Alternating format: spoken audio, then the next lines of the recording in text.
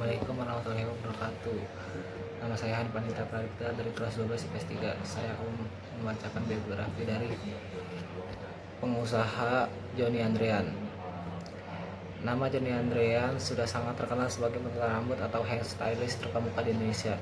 Salonnya Joni Andrean Salon menjadi salah satu salon terbesar di Indonesia yang punya cabang berjumlah ratusan yang tersebar di kota-kota di Indonesia. Joni Andrean merupakan anak rantau dari Pulau Kalimantan. Ia lahir di Singkawang, Kalimantan Barat sekitar setengah abad yang lalu.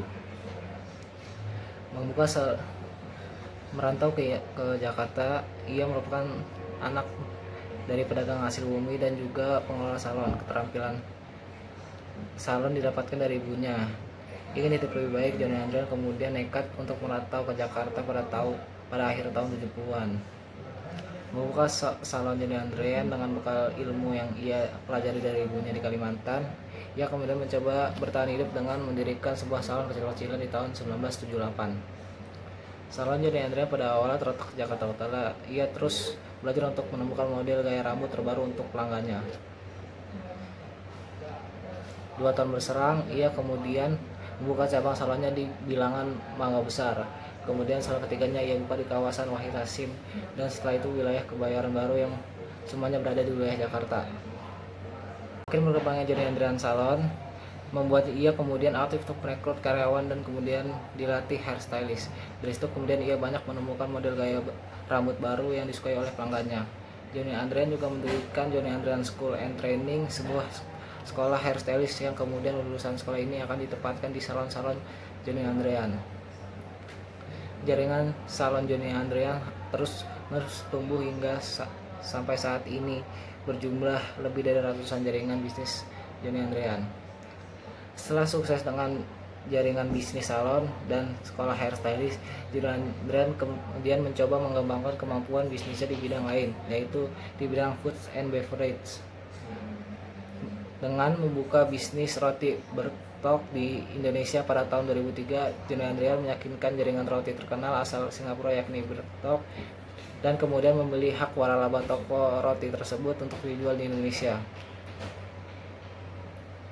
Hasilnya, bisnis Bertok yang dirintis Joni Andrean di Indonesia laris manis. Hingga tahun 2007, ia berhasil membuka 35 cabang waralaba roti Bertok di Indonesia dan terus berkembang hingga saat ini. Setelah melihat kesuksesan dengan Bertok, Joni Andrean kemudian mencoba merintis bisnis food dan beverage sendiri, yaitu berbisnis donat. Saat ini banyak orang yang mengira bahwa Jeko merupakan waralaba donat dan kopi yang berasal dari luar negeri.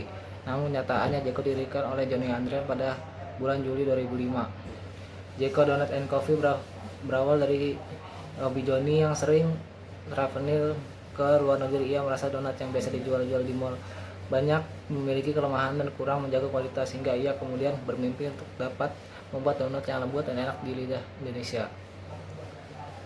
Bahkan bahan-bahan untuk donat Jeko sebagian diimpor langsung, seperti coklat dari Belgia, susu dari Selandia Baru, dan kopi ia datangkan langsung dari Costa Rica atau Italia. Joni Andrean juga memiliki spesialis yang khusus menemukan atau mengembangkan donat atau minuman baru sehingga tidak membuat pelanggan menjadi bosan. Menurut Joni Andrean, terus berinovasi merupakan kunci untuk berkembang dan dapat mendapatkan kepercayaan konsumen. Joni Andrean terus-menerus mengembangkan usahanya di mana bisnis salon, foods and beverage-nya dikelola di bawah naungan Joni Andrean Group.